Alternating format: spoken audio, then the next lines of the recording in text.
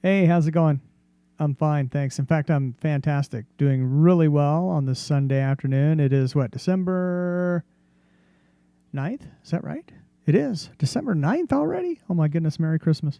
Um, so I've been thinking about this a lot since I've been researching the ketogenic diet for probably the last 2+ years. Back when I had my original weight loss on a starvation diet through Tucson Medical Weight Loss, like 800 calories a day. But it worked, and I lost 40 pounds. And then I started working out at this place that did like circuit training, and I lost more weight doing that. And I was pretty low carb, but not ketogenic. And then the guy who owned the place, he's since sold it, but he owned it at the time. He's like, I want to put you on a ketogenic diet and then do some carbo loading once a week. And I was like, what in the world are you talking about? So I was like, I'm not going to do that until I do some Googling. So I spent, I don't know, 2 weeks probably just watching all these videos. Ketogenic diet, low carb down under. Thank you for what you do. I've learned so much from you and your speakers. And then, of course, that has led to me to lots of other people, dietitians, doctors, regular people who are really into the ketogenic diet. So much information. Some of it contradictory, I will admit. But for the most part, we're talking, yeah, this is good stuff. Et cetera, et cetera. And I've got other videos on this channel. I tried keto a couple times, and I failed a couple times for 2 different reasons, and you can go check those out. And now I'm doing the carnivore diet, and I'm into my 5th week, and I never made it 5 weeks into the ketogenic diet, but just eating meat and mostly beef, but some chicken and some other stuff. This has gone really well, and I feel so good. But having immersed myself in this way of thinking has me thinking, because I have a primary care doctor, and I'm probably going to have a blood test sometime next year, and my numbers are going to be much better. Not that they were bad. My A1C, whatever that's called.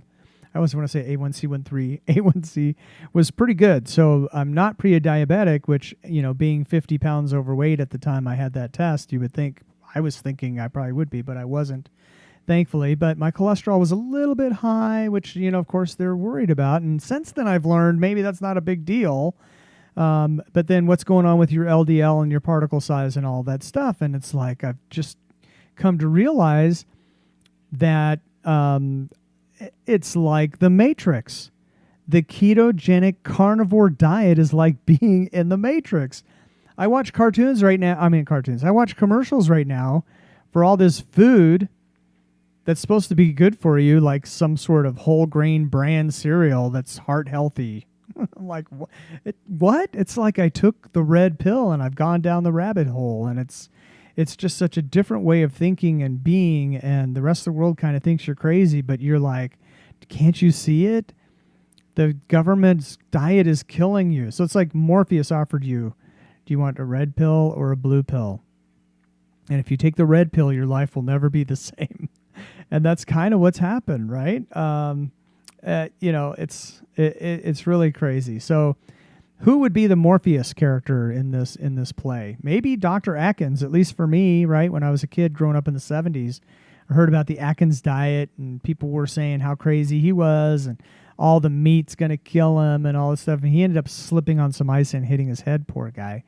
But he was healthy on the Atkins diet. And that's a little higher protein than maybe some people who are into the ketogenic diet now would recommend. And yet here I am, all protein, 100% protein. And my ketones are between 3 and 5 since I've been measuring them in the last 2.5, 3 weeks. My ketones have not dipped below 2 point something. So I've definitely been in ketosis with this carnivore diet. And so it's crazy. And so as you get into the diet, and as you get into this way of thinking, and then as you think about the Matrix, right? So the Matrix is, you have the government complex with their food pyramid scheme, with carbohydrates at the bottom and fruits and vegetables above that, and then a little bit of meat and a little bit of fat.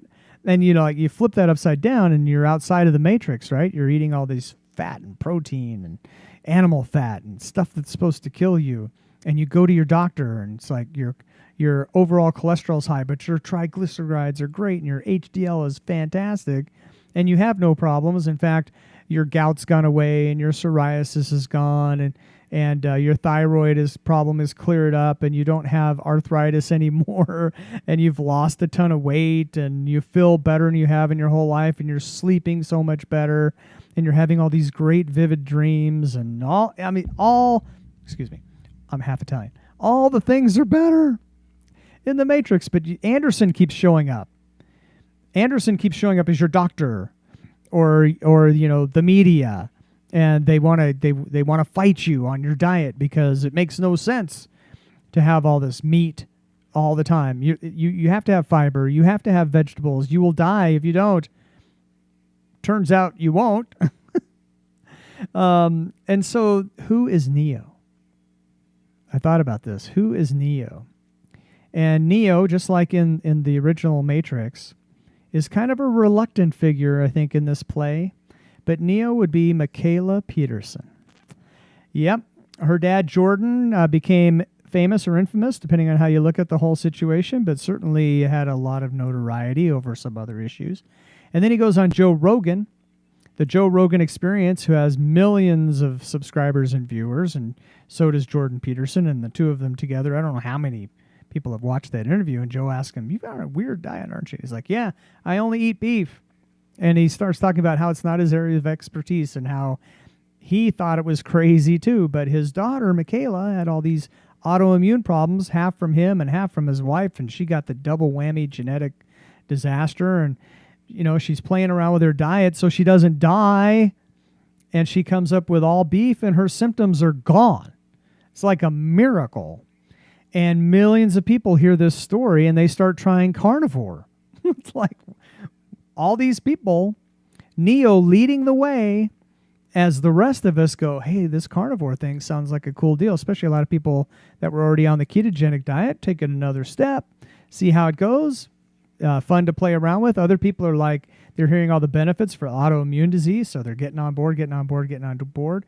There are hundreds of YouTube videos of people whose autoimmune disease symptoms have gotten better, or autoimmune disease has gone away, or IBS, or their gut problems, other joints. I saw one today about thyroid, mental clarity. I mean, it's kind of like awakening from the Matrix. And so, Michaela, if you ever see this, I know you maybe don't think of yourself as Neo, and it just fell upon you, but you were the one who had the courage to experiment with your diet, to finally tell the doctors, you know what? No, don't blame the patient. I've heard you say this. It's not a good idea to blame the patient. And so you had to find your own way, and you found the way for us. Thank you.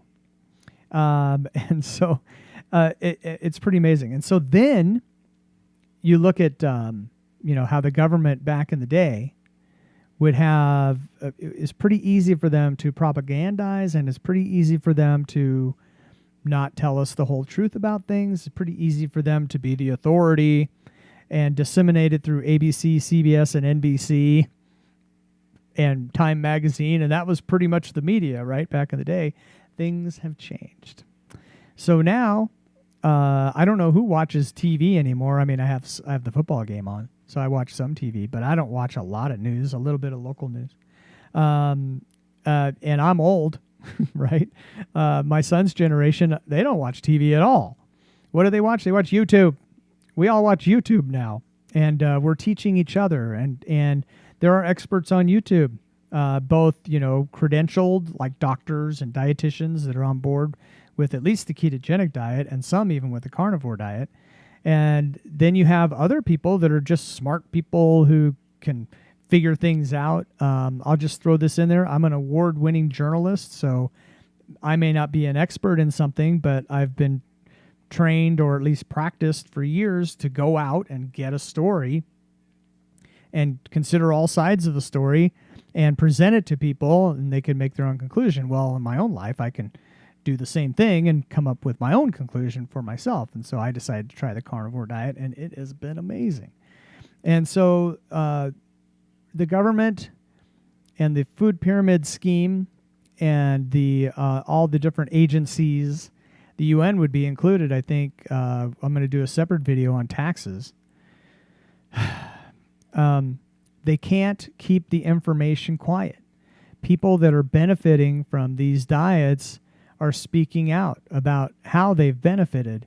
People that are researching these diets are finding out that it's not the saturated fat that's the problem. Saturated fats are good for you. It's the vegetable oils that are the problem. It's the carbohydrates, particularly processed carbs, that are the problem. And it's the sugars that are the problem. Who knew? And so you turn on a commercial and it's all about the sugars and the carbs. And it's, oh gosh, I could go on and on. So, my friends, welcome to the Matrix. Now you know the truth. And Anderson is everywhere trying to combat you. But you are armed with the truth. And you know what it is. And so are you winning that fight. Congratulations. I don't know. It was just a thought that I had. I thought it was worth pursuing. I hope you liked the video. Like, subscribe, stuff like that. We'll see you in the next one.